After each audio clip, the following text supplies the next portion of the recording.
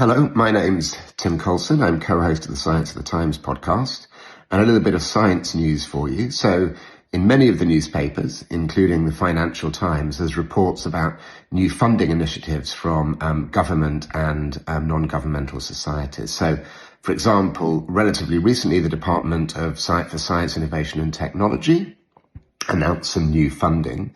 The Royal Society has subsequently announced some new funding, as has the Royal Academy of Engineering. And this funding is new funding, and it's targeted particularly at talented American scientists who may be looking to relocate from North America or from the USA over to the UK.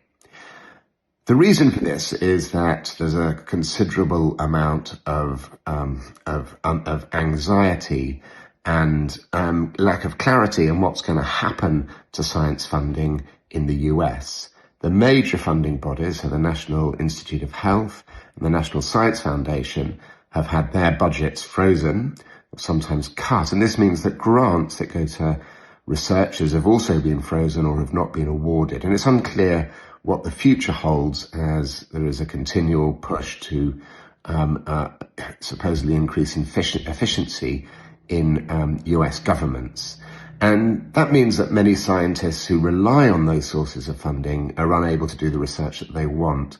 So what the UK government, and that's important research, it's research on aspects of health, so for example antimicrobial resistance, so how microbes evolve resistance to the drugs we use, such as antibiotics, but also quantum computing. So quantum computing offers a significant advance in computational abilities going forwards.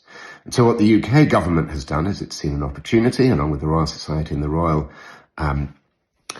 Academy of Engineering, it's seen an opportunity to potentially encourage those scientists, those leading scientists in the US who are concerned about the future, an alternative opportunity to move to the UK. The amount of funding is fairly significant over the next decade or so. It's about $2 billion, and that's about 10% of the government's science and education research budget.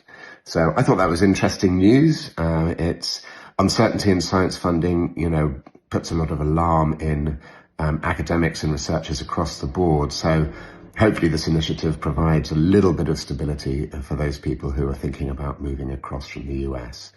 We certainly know that that's a fairly common thought. We're getting lots of inquiries from US scientists about the opportunities to move.